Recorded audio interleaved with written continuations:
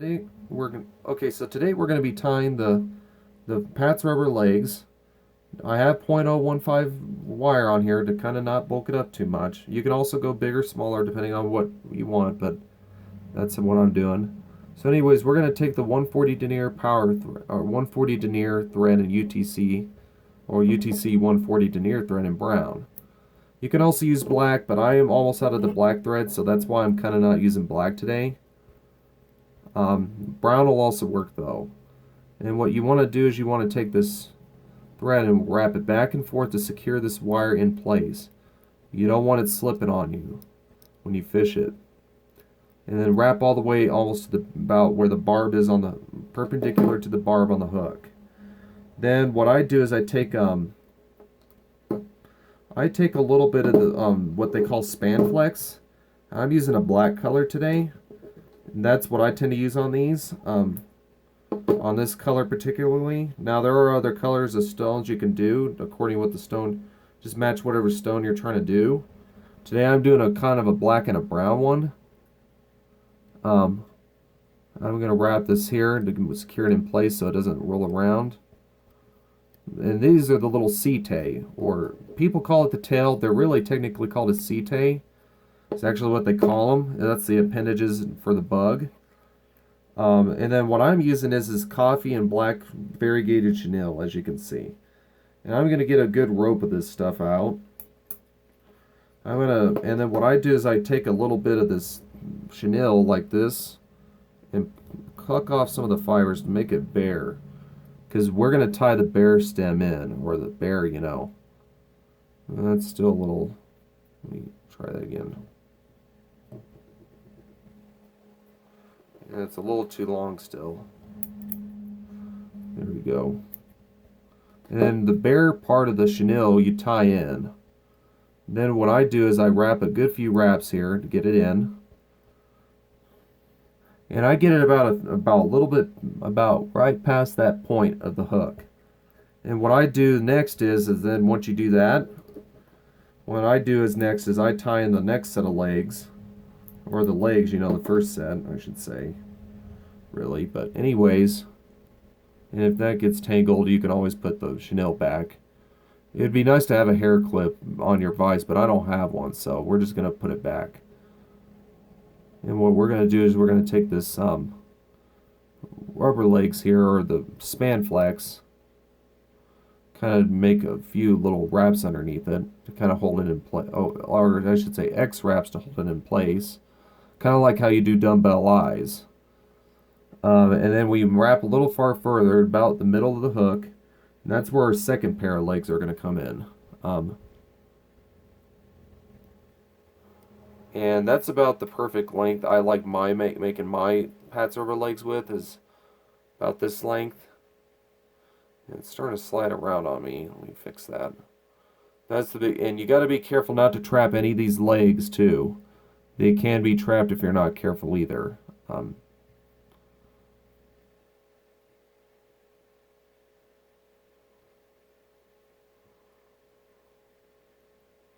then what I do is I take my next Spanflex leg, and I'm going to take this leg,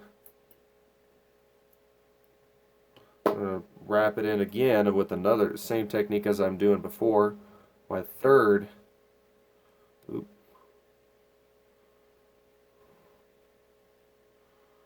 going to take this leg here,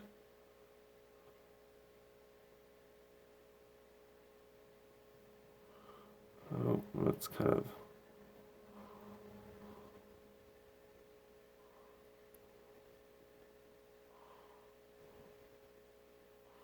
now I'm just going to take, and then once you get those legs in, eventually we're going to clip them, yes.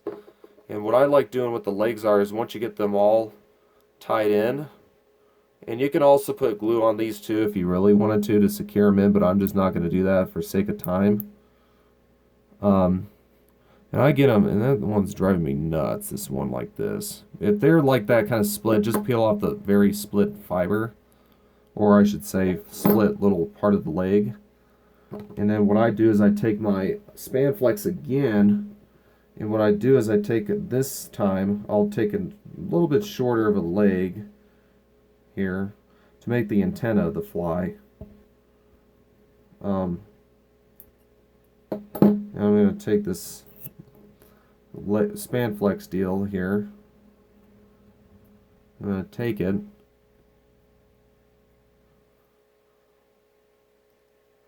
Wrap it a good few times.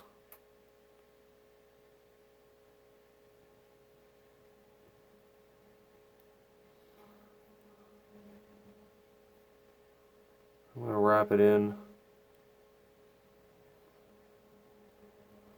And what I do is I take my antenna and I clip them off a little bit shorter than the legs. Because when you look at a stonefly, they don't really have it's about the same length as the C-tay I did earlier. That's exactly the length you want. Because they should have about relatively the same length on both the C-tay and the antenna to make it look more like the real thing. And then what I do is I take my wrap, and then this is the tricky part of it, because this is gonna, you might be trapping a few fibers here if you're not careful.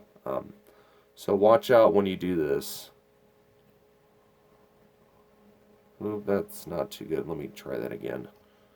Yeah, the back legs are kind of getting a little. Yeah, there we go. That's not too good. Let me try that again. And I want to make sure these wraps lay right next to each other. Because the thing is with this fly is if you skip even a little bit, they can actually make the legs look funky, and you don't want that. I kind of misaligned or not looking correct on where the leg should be. I just don't like the look of it. Kind of the fly tyer in me wants to say no to that. Oop, that's a little too far forward. And what I do is I take, once you get all the way to the front near the eye, what I do is I take my chenille here, my variegated chenille,